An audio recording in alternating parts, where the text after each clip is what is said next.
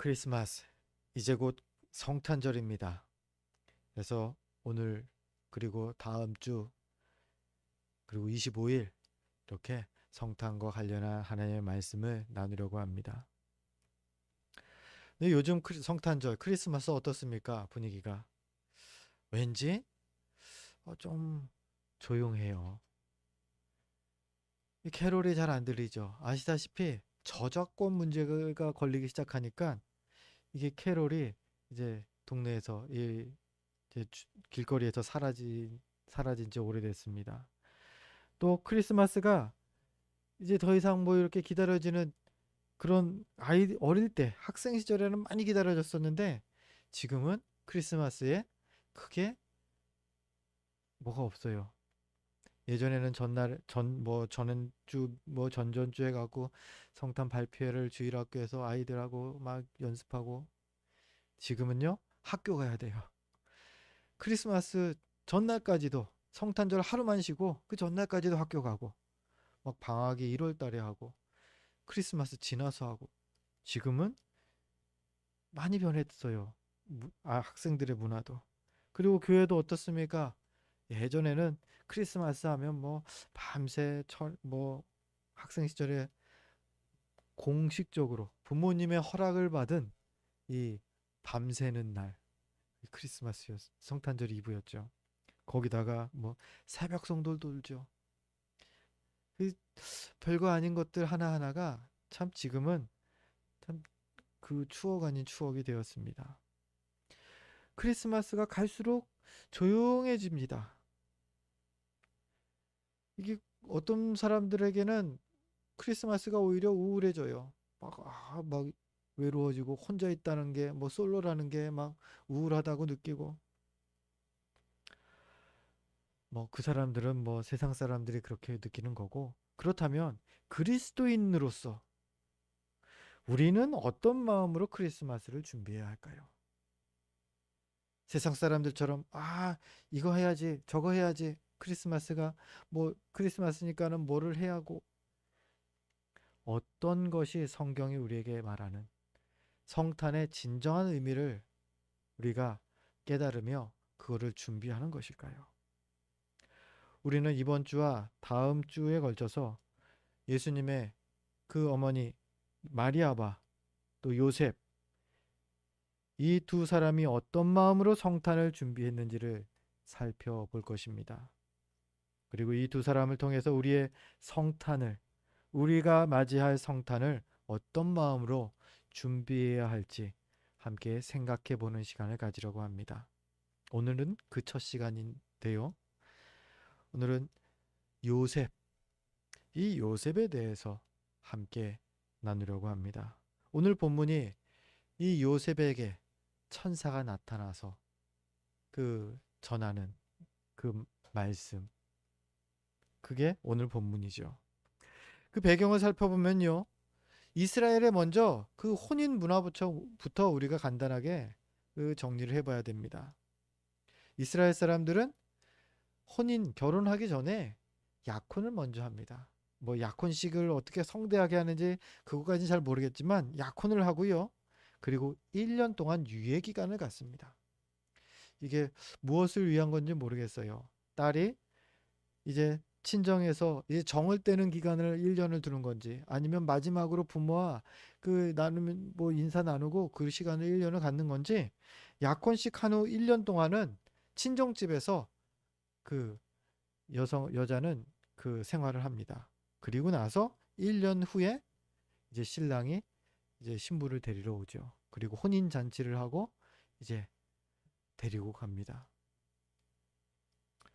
자, 그 이스라엘의 혼인 문화가 이러한데 그것을 보고 알고서 오늘 요셉과 마리아의 지금 관계를 이해하면은 좀 더 구체적으로 이해가 되죠. 요셉과 마리아는요, 이 약혼식을 한 다음 그 다음 과정인 거예요. 언젠지 모르겠지만 이미 약혼식을 했고요. 둘은 결혼 1년 후에 이제 혼인하고 부부가 되는 그러한 이 관계, 예비 부부 정도가 된 것입니다. 1년 후에는. 자, 그래서 뭐 간간히 뭐 만났는지는 모르겠어요. 몇 번 얼굴은 봤겠죠. 근데 그 나라도 우리나라처럼 뭐 중매 결혼 그런 것이 좀 그 주류였던 것 같아요. 좀 폐쇄적이니까 여성들에 대해서 만남의 장이 많지는 않았을 거예요. 자, 요셉도 마리아를 몇 번 봤을 겁니다. 그리고 혼인 날만 기다리고 있었습니다. 그런데 갑자기 요셉의 귀에 뜬금없는 소문이 들려옵니다. 이 약혼한 마리아, 이 마리아가 임신했다라는 겁니다. 요셉은 절대 그 마리아와 뭐 동침한 적이 없습니다. 그런데도 여자가 임신했다. 그러면 그 마리아가 간음했다라고밖에 해석할 수가 없겠죠. 남자의 입장에서 그 심정이 어떻겠습니까? 배신감 느꼈을 것 같아요. 막 화가 났을 것 같아요. 나는 손꼽아 기다리고 있는데 내 열심히 일하면서 그 뭐 이거 혼수품도 모두 준비하고 막 신혼집을 막 준비하고 있는데 여자가 덜컥 나를 배신했다. 분노. 그리고 또 마리아를 봤을 때에 그 첫인상, 좋았던 그 기억들, 그것과 반대로 실망도 컸을 겁니다.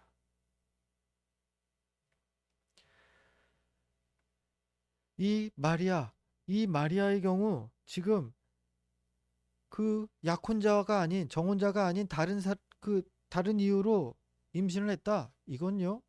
그 이스라엘의 폐쇄적인 전통 문화에서는 돌로 맞아서 죽는 벌, 이 벌을 받아야 하는 중죄였습니다. 예수님께서 모세를 통해서 십계명을 주실 때도 그 계명 가운데에 있죠. 간음하지 말라. 지금 마리아는 간음죄, 십계명 중에 일곱 번째 계명을 범한 거죠. 돌로 맞아 죽어야 되는 마리아인데 요셉의 성품에 대해서 19절 전반부에 이렇게 나옵니다. 요셉은 의로운 사람이라.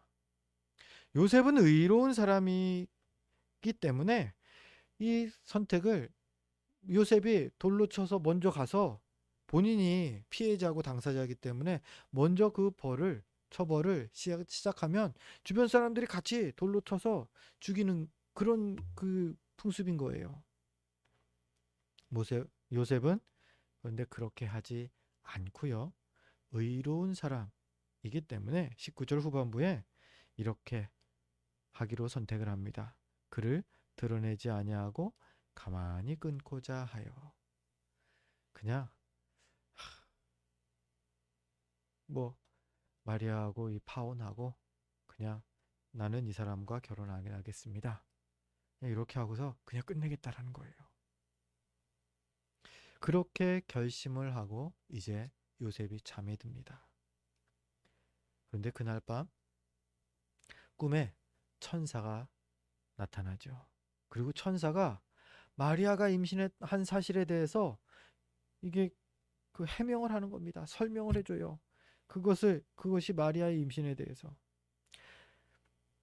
그게 20절부터 24절에 나오는데 20절 말씀 우리 함께 먼저 읽어보려고 합니다. 오늘 본문 20절 말씀 같이 읽습니다.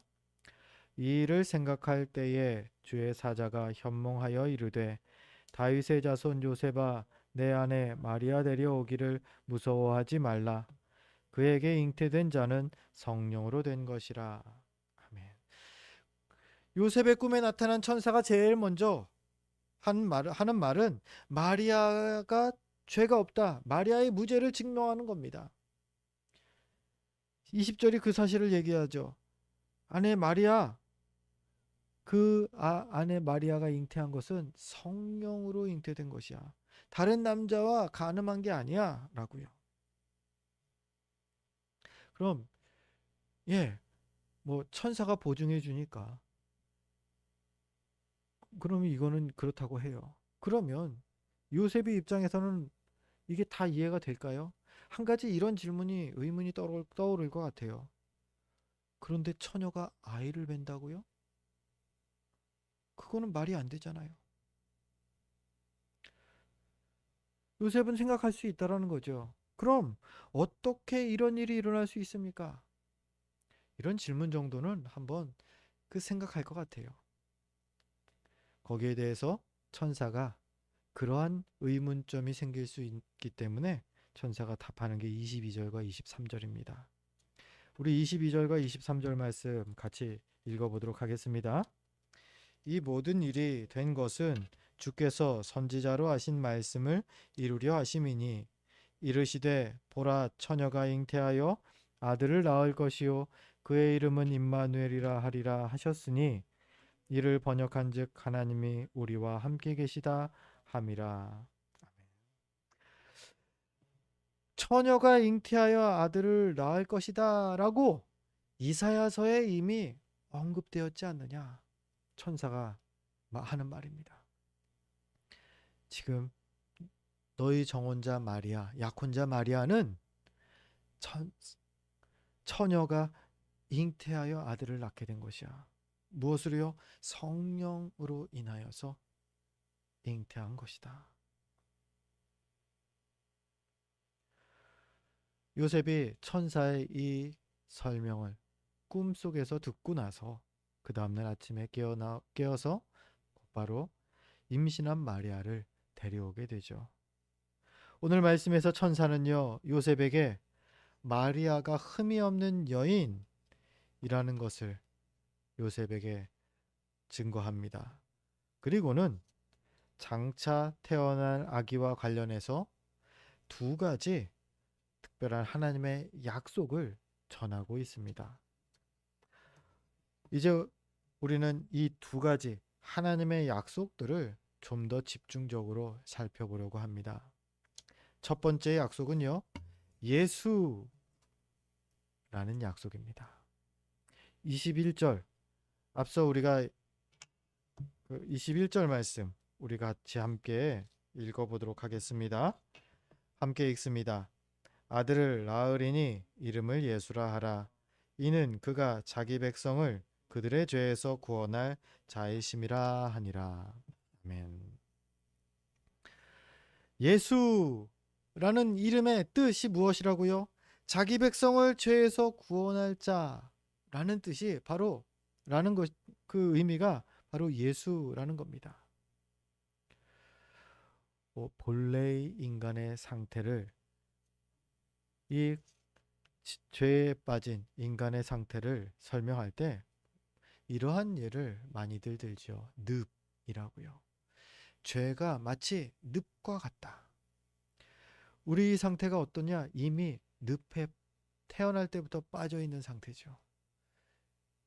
그러면 늪이 물웅덩이하고 다른 건 뭡니까? 물웅덩이 혹은 개천, 호수도 그렇고요. 바다도 마찬가지입니다. 거기서는요, 헤엄을 치면은 필사적으로 막 발악을 하면 물에 빠지지는 않아요. 그런데 늪은 필사적일수록, 발악을 할수록 더 빠르게 빠져든다라는 차이점이 있죠. 죄가 그렇습니다. 우리가 안간 힘을 쓴다고 해도 이 늪에서 헤어나올 수가 없다라는 거예요. 오히려 더 심하게 빠져들게 된다는 거죠. 원래의 인간의 상태가 이렇다라는 겁니다. 그리고 원래 하나님 나라는요, 이러한 죄를 가지고는 갈 수 없는 나라, 그것이 바로 하나님 나라 천국이죠. 그래서 죄로 물든 인간은요, 아무리 노력을 해도요, 이 하나님 나라에 갈 수가 없는 존재들인 거죠. 이게 원래 우리의 상태였습니다. 그런데 이런 우리를 위해서 긍휼이 풍성하신 우리 하나님께서 인간의 죄의 문제를 완전히 해결해 줄 구원자를 이 땅에 보내주신 것입니다. 그분이 바로 예수 그리스도시죠. 그리고는 예수님을 구주로 고백하는 모든 사람에게 죄사함의 은혜를 베풀어 주시겠다 약속까지 해 주십니다. 예수라는 이름에 담긴 자기 백성을 그들의 죄에서 구원할 자라는 그 뜻이 바로 이 구원의 약속을 말하고 있는 것이죠. 그래서 사람들은요, 모두 예수가 필요합니다. 저 천국에 가는 데에 예수 그리스도가 필요한 겁니다. 그런데 세상 사람들은 뭐라 그럽니까? 그런데 굳이 예수만 필요합니까? 불교도 뭐 이슬람도 뭐 다른 종교도 열심히 믿으면 되는 거 아닙니까? 왜 예수여야 합니까? 그거는 이렇게 답할 수밖에 없습니다. 하나님께서 그렇게 정하셨다. 오직 예수로 정하셨다. 요한복음 14장 6절 말씀이 예수님께서 그 사실을 우리에게 분명하게 선언하시는 말씀이죠. 우리 주보를 참고하시면서 요한복음 14장 6절 말씀 같이 읽겠습니다. 내가 곧 길이요 진리요 생명이니 나로 말미암지 않고는 아버지께로 올 자가 없느니라. 아멘. 우리를 죄의 속박에서 구원하는 길은 우리의 선행으로가 아닙니다. 우리의 의로움이나 또는 다른 어떤 것으로 이 구원을 얻을 수가 없다라는 겁니다. 오직 예수 그 이름뿐이라는 말씀이 바로 요한복음 14장 26절의 말씀이죠. 이렇게 이해하셔도 좋겠어요. 여러분, 되게 이제는 뭐 자물쇠가 없죠. 열쇠를 안 쓰죠. 도어락이 있습니다. 비밀번호를 띠띠띠띠 누르면 누구나 들어갈 수 있습니다. 근데 그 비밀번호 설정은 누가 합니까? 주인이 하죠. 다른 사람이 와서 그 비밀번호를 바꿔버린다? 그럼 그건 신고할 일이에요. 경찰서에 신고할 일이에요. 주인이 그 문의 비밀번호를 설정하고요. 그 비밀번호를 뭐 이 사람까지는 내가 알려줘도 돼. 그럴 수는 있어요. 알려줄 수는 있어요. 근데 주인이 설정하는 겁니다. 마찬가지입니다. 천국의 주인이 누구신지를 우리가 알아야 됩니다. 왜 굳이 예수 그리스도를만 믿어야 됩니까? 천국의 주인 하나님께서 그렇게 설정하신 거예요. 천국의 도어락은 예수 그리스도예요. 그것뿐이지 다른 거를 굳이 우리에게 주신 이름이 없다라는 겁니다. 평소에 우리가 무심코 예수라고 그 이름을 부르고 뭐 얘기를 나누죠. 그런데 이 예수라는 무심코 우리가 말하는 예수라는 이름에는 자기 백성을 죄에서 구원하겠다라는 하나님의 분명한 의지와 약속이 담겨 있다라는 겁니다. 예수 그 이름이 우리를 구원으로 인도하는 유일한 이름이라는 거죠. 그래서 너무나 값진 이름인 겁니다. 그 이름을 우리에게 언제 주셨습니까? 2000년 전. 뭐 다 아시다시피 성탄절이 예수님이 탄생하신 그 날이 아니죠. 예수님 탄생하신 날을 기념하는 날입니다. 예. 예수님이 탄생하신 2000여 년 전 예수님 탄생하신 날, 그날 우리에게 이 예수의 약속을 분명하게 주셨고요. 성취하셨다라는 겁니다.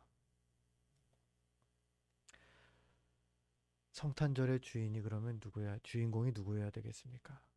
예수여야죠.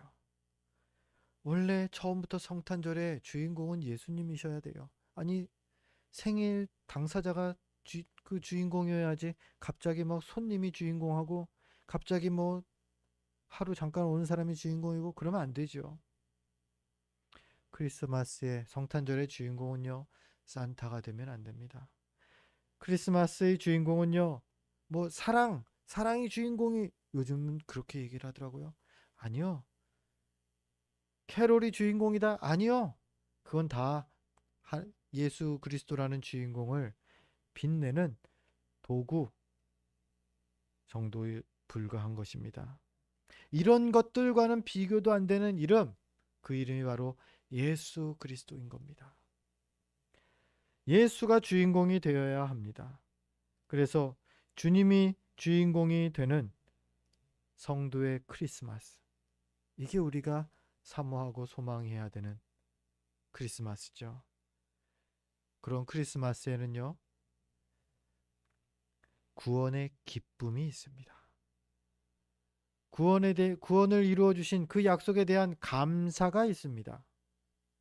그리고요, 저 천국의 비밀번호를 나에게 하나님께서 알려주시는 거예요. 언제든 와라.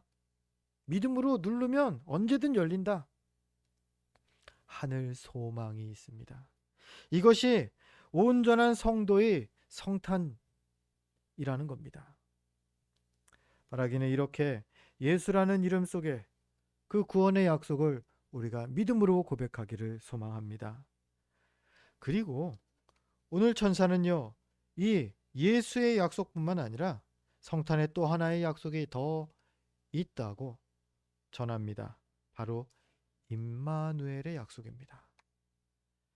본문 23절 우리가 앞서도 읽었는데 한 번 더 읽도록 하겠습니다. 23절 말씀 함께 읽습니다.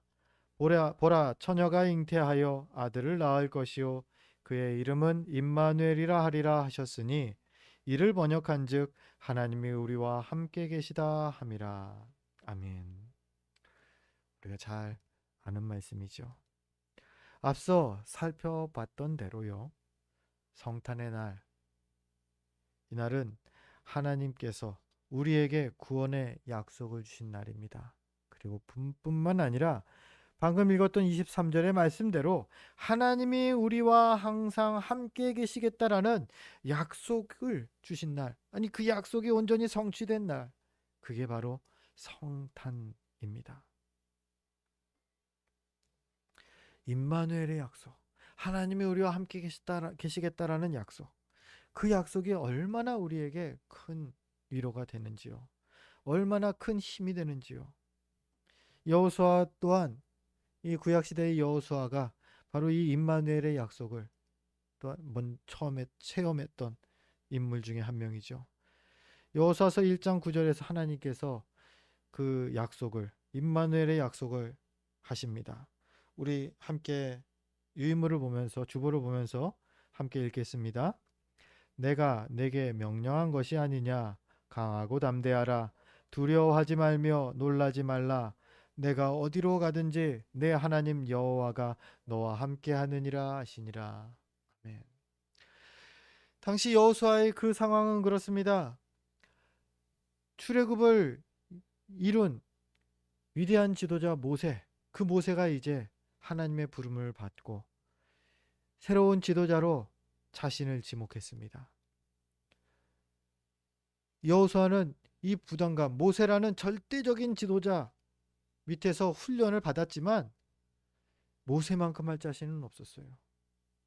그만큼 모세는요, 하나님께서 너무나 특별하게 기름 부어서 또 특별한 능력을 주셔서 사용한 인물이었던 거죠. 그런 여호수아가 이제 모세의 후임으로 이 지도자가 되는데요. 그 모세라는 그 전임자가 너무나 탁월했던 것도 부담이었지만 여호수아 자체의 나이 또한 상당히 부담이었을 거예요. 80세가 훌쩍 넘은 나이에 그는 이제 모세의 후임자로 이제 서게 되거든요. 많이 두려웠을 겁니다. 나이도 또 몸도 예전 같지 않습니다.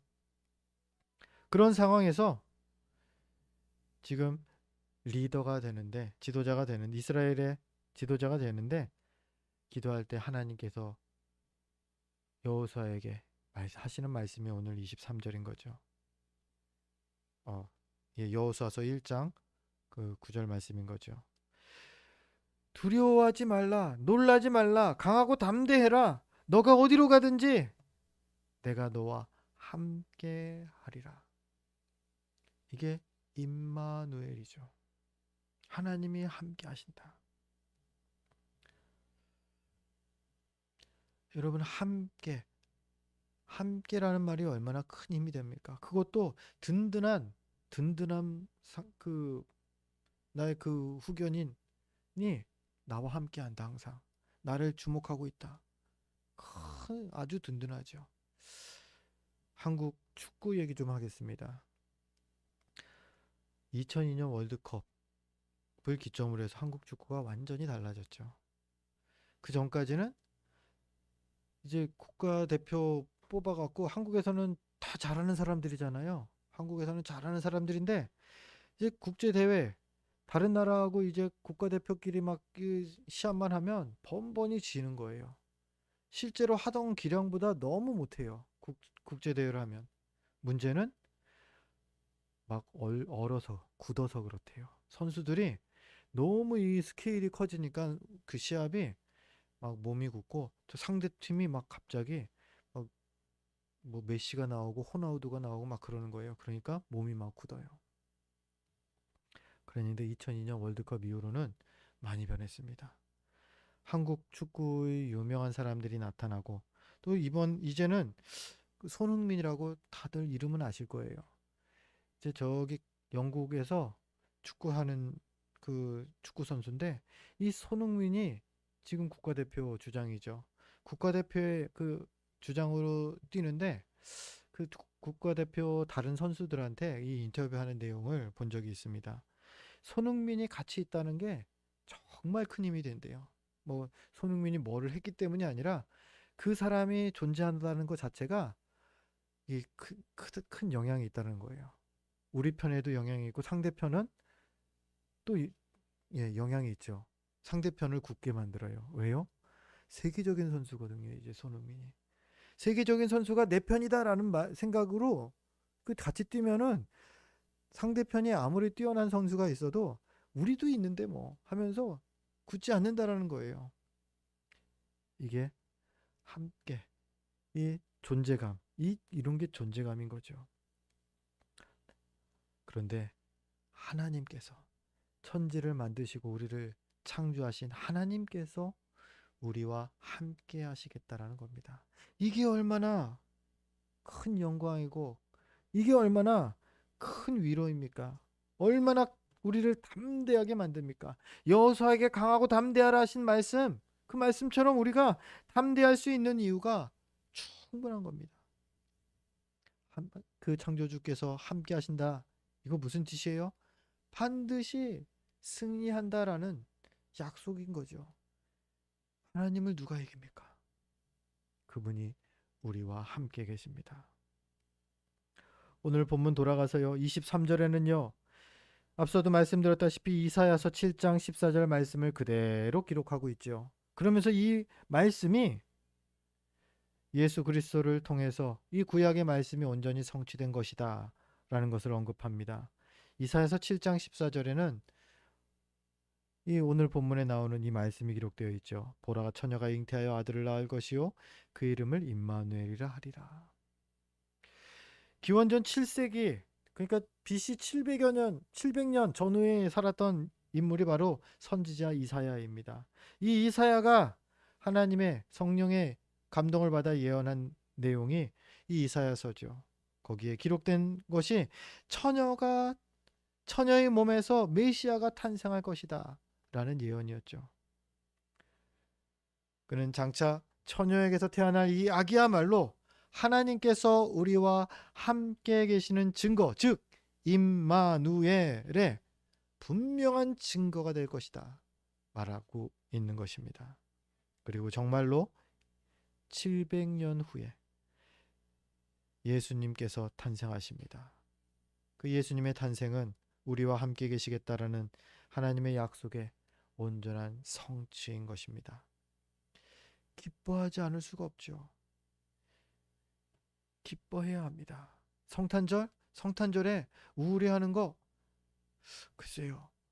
다른 해석으로는 우울해하는 것도 이해는 되지만 이 성경이 우리에게 성탄을 전하는 것은요. 큰 기쁨의 좋은 소식으로 전한 것이라는 것을 우리가 기억해야 합니다.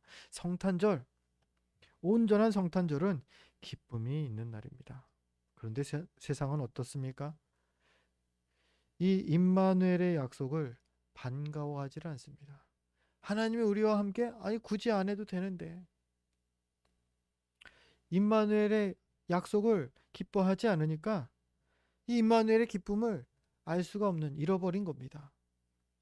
함께하지 않기를 원하는 사람들 공통점은요. 죄의 길에 서 있는 사람들이라는 거죠. 하나님의 편에 서 있는다면은 기뻐하지 않을 이유가 전혀 없는데요. 기뻐하지 않으려는 사람들이 있습니다. 그들은 동일하게 죄의 길을 따라가고 있다라는 겁니다. 참된 성도의 성탄절, 성탄을 준비해야 하는 우리의 마음은 죄의 길에 서지 말고 의의 길에, 하나님의 길에 서 있기를 힘써야 한다는 겁니다. 그러지 않으면요, 성탄이 기쁘지 않아요. 아니, 기쁠 수가 없습니다. 왜요? 예수님께서 임마누엘을 하신다고 하는데, 하나님 일거수일투족을 제 거를 굳이 보지 마세요. 부끄러워요. 그럴 수밖에 없잖아요. 말씀을 정리합니다. 오늘 요셉은요, 천사의 말을 듣고요, 마리아에게 잉태된 아기가 예수이고 또 임마누엘이심을 알게 됩니다. 이 두 이름에는요, 각각 자기 백성을 죄에서 구원할 하실 것과 또 하나님이 우리와 함께 계실 거라는 이 하나님의 약속들이 담겨 있습니다. 요셉은 이 두 가지 하나님의 약속을 마음에 품지요. 그리고 10개월 후 있을 성탄의 날을 준비하며 마리아를 데려옵니다.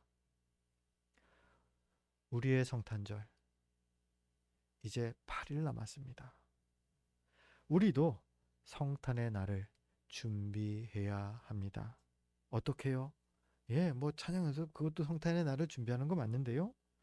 무엇보다도 오늘 요셉처럼 두 가지 약속, 즉 죄사함의 기쁨과 임마누엘의 은혜를 기억하면서 성탄절을 준비하는 겁니다.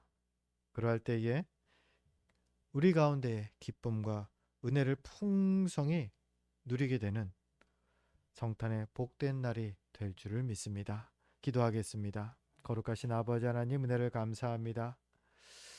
이제 8일 후에 성탄절이 있습니다.